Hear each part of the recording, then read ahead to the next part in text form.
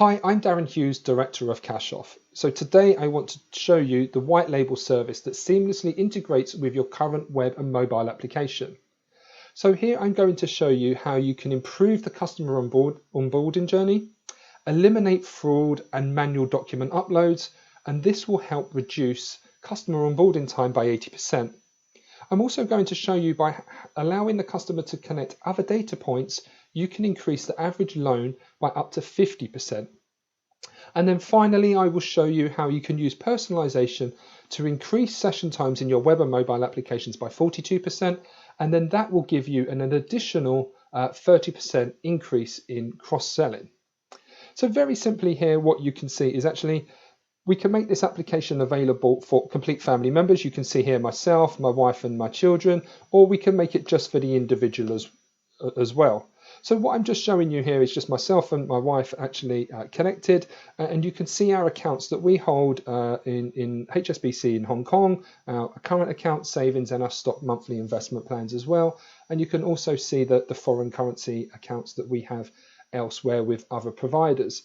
And really what this enables us to do is start to learn the customer's true financial position. And so what we're able to do is allow the customer to connect other data points from other third parties. So that could be banks. So here, where we bank in Hong Kong, the top 5 banks here are shown. So we can allow the customer to be able to bring across all of their finances, all of their current accounts, savings, loans, deposit accounts, etc. with these other providers. Now this list can be extensive, it can be international, or it can be targeted upon one particular market. This is completely customizable. We can really connect with any data point that you wish. But we can also add other data points as well. We could connect with telecoms, we could connect with utilities, because that brings across true customer financial information. It verifies ID, it eliminates any fraud. It's information that we can use to actually then improve our scoring models and our decision-making processes. But we can add things like e-wallets as well, and this is also true for SMEs. If we want to work with SMEs, we can of course get all of that other data, but we can also connect with places like accounting software or CRMs. So they are very relevant to corporations, and so we can actually give them additional information within the web and mobile application. Here for the retail customer, we can also allow them to connect loyalty cards. So that could be store or supermarket loyalty cards, so that we can then extract the data from that to learn more about them as an individual. And by doing so, we can actually start to personalize their experience in the web and mobile application even more. And what we found is about 90% of customers are willing to add this additional information because it then makes the experience more relevant to them. So what do we do with this data? So, what we've already learned is that we can get a lot of this information. It improves the scoring decisions, our credit scoring models. What we've seen with other providers, it increases lending decisions by tenfold. And then what we've seen with the amounts that we're actually willing to lend to customers increase by about 50%. It's just by getting that true customer financial data that means that we can have more confidence in the lending decisions that we make. And so what do we do with this information for the customer as well? Well, what we can enable them to do is run a series of analytical reports. It can be by individual, as you can see here. I can look at either myself or my wife or my children if we want to add them as well. But what I've done here actually is I want to look at our expenditure over a period of time. This is completely customizable. I can change it to week, to day, however long I want. And what we do in this instance is that we collect all of that information from all of the accounts, and then we auto-categorize the expenditure so that the customer can see exactly where they're spending their money in simple to use graphs and information so that they can really start to learn about their financial habits. This is completely customizable, so the customer can actually then change some of these categories and actually make it relevant to themselves. And of course, they can do this I could do it just for myself. In this instance, I'm just looking at our complete family. The option is mine.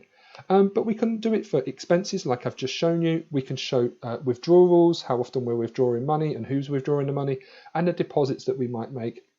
But an important thing to also show is the income. So what we can actually do is allow customers to connect other financial investments that they may have. So that could be investment products, it could be their pensions, it could be any other type of income that they may receive that they can actually connect and then see that within their income reports. So let me just quickly go back to show you the expenses again. And what we're going to see here is, as we look at this, everything is nicely broken down and I can see everything in one place. What we also know quite often is that customers will query transactions. So to eliminate that problem with poor descriptions, we refine the data so that we can actually give much better accurate descriptions on statements. So we can show the logo of where the person made the transaction. We can show a full name description of the store or the location where the transaction took place. And we can, here you can see the categorization as well. In addition, we show the amount that was spent and the bank account, the bank card that was used to make the transaction. And also, you know, what we're also able to do is actually show locations as well. So we can actually say to the customer, you purchased the item here, here's a map of where you were when you made this transaction. So for in this instance, it reminds me that I was actually at Costa Coffee by the river to meet my friend. So instantly I have that recognition and I don't have to call the bank to query a statement to wonder if there is some unusual activity on my account. Now, by offering personal financial management tools like this, what we've seen is an increase in session times by about 42%. So it means that the customers are more engaged in the applications and engaged with your services. Also here, what the customer can do is set things like budgets and goals. So in this instance, what you can see is that last month I set a goal for Justin, my son, whilst he was traveling so that he didn't spend too much money. So he had to make sure while he was traveling that he had money to last him for a month. And what we were able to do is set it up on certain categories, the total amount, and then set things like SMS and push notifications to remind both Justin and myself exactly where he was with his expenditure while he was away. You know, we wanted to support him, make sure that he didn't run out of money. And so we could set those notifications to say maybe once he got spent about 75% of his budget, or actually once he reached 100% of his budget. You know, it's completely customizable. But also what we can do is set payment reminders. So while Justin was traveling, he has subscriptions to Netflix and Spotify. They're the two things that he cannot live without. So he uses those payment reminders to remind him that within the next week or the next day that he's got expenditure that is due to come out of his account, and he needs to make sure funds are available. Otherwise, those services lapse and they're actually subscriptions that he needs and uses on a regular basis.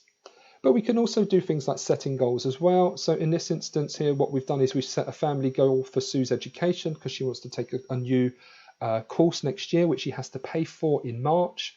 And what we can actually see here is the progress that Sue has made, that she's paying £500 per month on a regular basis, which means that by her goal date that she will have the funds to pay for that course. But as a parent, what I can do here is I can actually set up rewards as well. So as Sue saves €500 a month, I can actually say to her, for every time you save 500, I can top it up with a bonus amount of say 100 or 200 euros, just as a reward and to help her on her way. I want to be able to help Sue with her savings plan. And of course, we can set up the same type of SMS and push notifications too. So you've seen here that we have a lot of data on the customer. We're allowing them to connect more accounts, bank accounts, savings accounts, telecom utilities, loyalty cards, to bring in additional data. Now remember, 90% of customers are willing to add more data because it means that we can personalize the experience, and it also means that we're more likely to lend them money when they want it or to give them a higher savings rate when they deposit funds with us. So we're giving the customer an incentive to do something and they are consenting to do so. But we have all of this data. We know that they can run the analytical reports. They can understand their finances even better. But what we can also do from this data is start to personalize the experience based upon the transactions that customers make. So in this instance, let's just have a look at something like the wine. Here, what we know, this is for Lisa, my wife. She purchased a particular type of red wine from Waitrose wine cellar. So she buys a particular type of wine from a particular store. And what we're able to do is say, hey, Lisa, what we know is that you buy this product from this store. We found an online discount for you, so you can actually save 23%. So what we're doing is matching up the interest of the customer to engagement stories, content engagement stories that can be shown anywhere within the mobile application that is relevant based upon our purchase history. And we can do that across the board. So there we've just seen a wine example. In this instance here, we know that Sue goes to the theatre on a frequent basis. We can say, we know you love the theatre. Look and see the later theatre listings, see some reviews of the shows that you're thinking about going to see, or maybe even go buy a ticket. Here is a link that you can do that. So this type of engagement is really great at being able to say to the customer, we know you, we've got your data, we're going to treat you like an individual, and we're going to show you the types and products and services that are actually of interest to you. But we can do that across engagement stories, but we can do it for products as well. Here you can see that I shop with, a bank with HSBC. We can then start to tailor in the bank's products to me as an individual based upon the transactions. So they can see that Justin is traveling, they can see that both myself and Lisa travel for work and for relaxation. So here we're saying, actually, this type of credit card is probably more useful to you because you get airport lounge access and you get travel rewards. Because we're looking at the transactions that the customer is making, we can then start to say what of the banking products, which banking product is going to be most useful to that individual at that time. So there is on travel insurance, we can do it on credit cards, we can do it on mortgages, Spar expensive, whatever we want really. So it could be highly relevant product promotions to each unique individual. So in summary, what I've shown you here is that, we can help you improve the customer onboarding. That will eliminate the document uploads, the fraud, and the fake data. By giving the customer an option to connect other data sources, you can then start to get the true customer financial position. Doing this speeds up onboarding by up to 80%. And because you have that true customer financial position, you can then improve your scoring models, and you can then start to see a tenfold increase in lending decisions, and then with a higher loan amount of up to about 50%. Now, what I've also shown you is the personalization. And by increasing the personalization within the mobile and web accounts, what you will see is on average a 42% increase in average session times. That means the customer is spending more time engaged in your web and mobile application. They're using the data analytical reports, they're using the content stories to start to read about things that are interesting to them. And what you will see from that is that it will give you the opportunity to increase your cross sales by about 30%. This personalized approach that is unique for each customer means a higher level of engagement. It lowers churn rates, and it gives you more opportunity to cross-sell banking and insurance products.